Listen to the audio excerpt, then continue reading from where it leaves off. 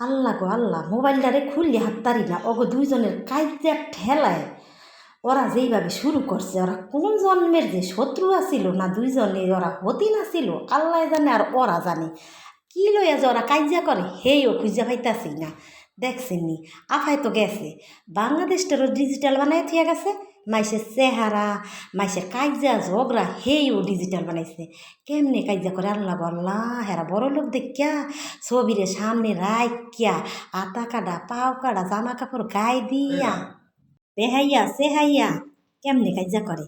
আর গেরামিয়া মাইসে কাপড়ের আডু ফুরু উড়াইয়া মাজায়া দিয়া কাইসা একখান হাতে লইয়া খান কিনডি কইয়া যে তোর কুত্তা চাই ইন্দুরের চাই আমার মুরকার ঠ্যাং ভেঙ্গিয়া লাইছে। আর দেখেন হেরা যে ইন্দুরের চাও কইয়া গাইলিয়া এইটারে কি সুন্দর করিয়া কয়। আল্লাহ রে, ইঁদুর মুখী, শুনতেও ভালো লাগে। আফসোস আমরা তো বড় লোক না, আমরা ওইভাবে কাইজা করতে পারি না। তেমন হয় বড় লোক হইলে ওরম হাইজা কাইজা কাইজা করতাম।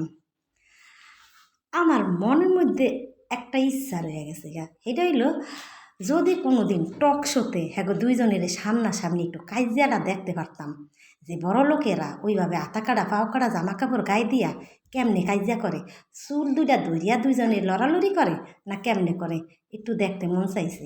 তাই জাতি যদি কোনো দিন সুযোগ পায় একটু লাইভ করিয়েন, হেলে দেখুন।